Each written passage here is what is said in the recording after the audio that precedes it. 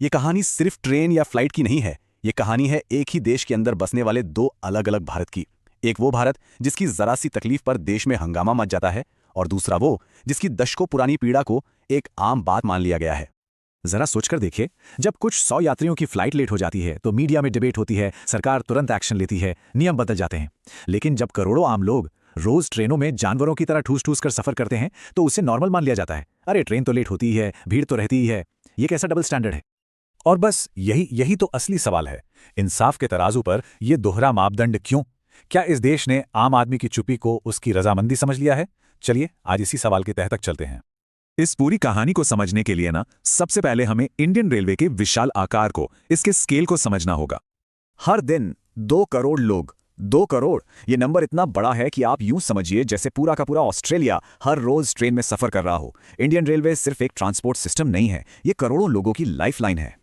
लेकिन ये सिर्फ आंकड़ों की बात नहीं है। इन नंबर्स के पीछे जो लोग हैं उनकी असली हकीकत अब हम देखेंगे। जरा इस पर गौर कीजिए। एक जनरल कोच जिसे ऑफिशियली 90 लोगों के लिए बनाया गया है, उसमें असल में 500 तक लोग ठूंस दिए जाते हैं।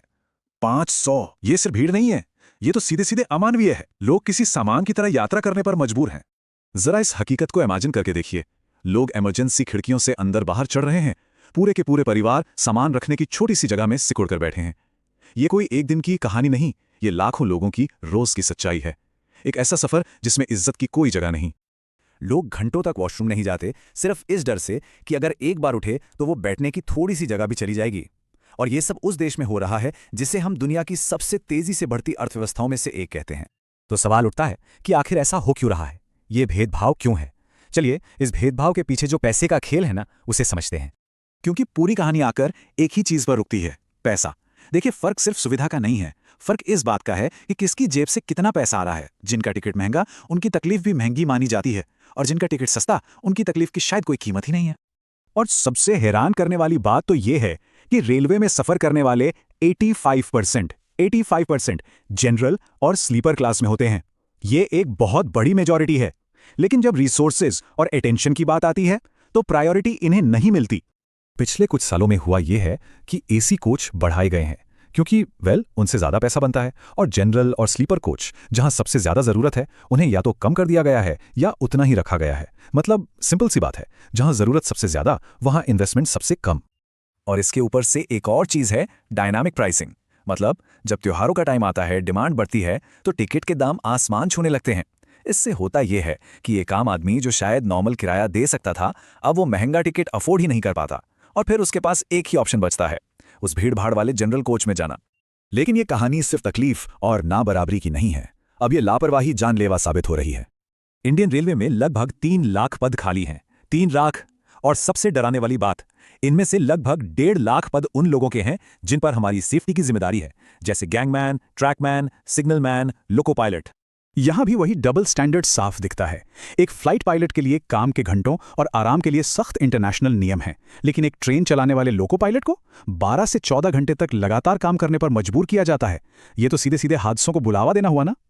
और इसका नतीजा हम सबके सामने है। जब स्टाफ की कमी होगी, पटरियों पर कैपेसिटी से ज्यादा बोझ होगा, तो हादसे तो होंगे ही।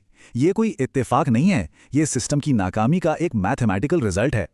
तो ये सब हमें देश की प्रायोरिटीज के बारे में क्या बताता है? आखिर विकास का, डेवलपमेंट का असली मतलब है क्या? हमारी प्राथमिकताएं हमारे बजट में साफ दिख जाती हैं। पैसा जाता है शाइनी प्रोजेक्ट्स पर, वंदे भारत, हाईटेक स्टेशंस जिनके उद्घाटन होते हैं, जो मीडिया में हेडलाइन बनते हैं, और जो जरूरी चीजें हैं जैसे सिग्नलिंग सिस्टम, ट्रैक अपग्रेड्स, जो इनविजिबल सेफ्टी है, उस पर ध्यान ही नहीं दिया जाता। जरा इन आंकड़ों को देखिए, 2.5 लाख करोड़ से ज्यादा का टोटल बजट, और उसमें से सिग्नलिंग और टेलीकॉम जैसे लाइफ सेविंग सिस्टम्स पर खर्च कितना है? सिर्फ 2 से 3% बस। ये रेशियो साफ साफ बताता है कि हमारी असली प्रायोरिटी क्या है और क्या नहीं। 1981 में एक फिल्म आई थी लावारिस। उसका एक डायलॉग आज 40 साल से भी ज्यादा समय बाद रेलवे की इस हालत पर बिल्कुल फिट बैठता है। ऐसा लगता है जैसे आम आदमी के खून की तो कोई कीमत ही नहीं। और शायद इसकी सबसे बड़ी वजह यह है कि जो लोग पॉलिसी बनाते हैं, जो बड़े बड़े डिसीजन लेते हैं, वो कभी इन जनरल या स्लीपर डिब्बों में सफर ही नहीं करते।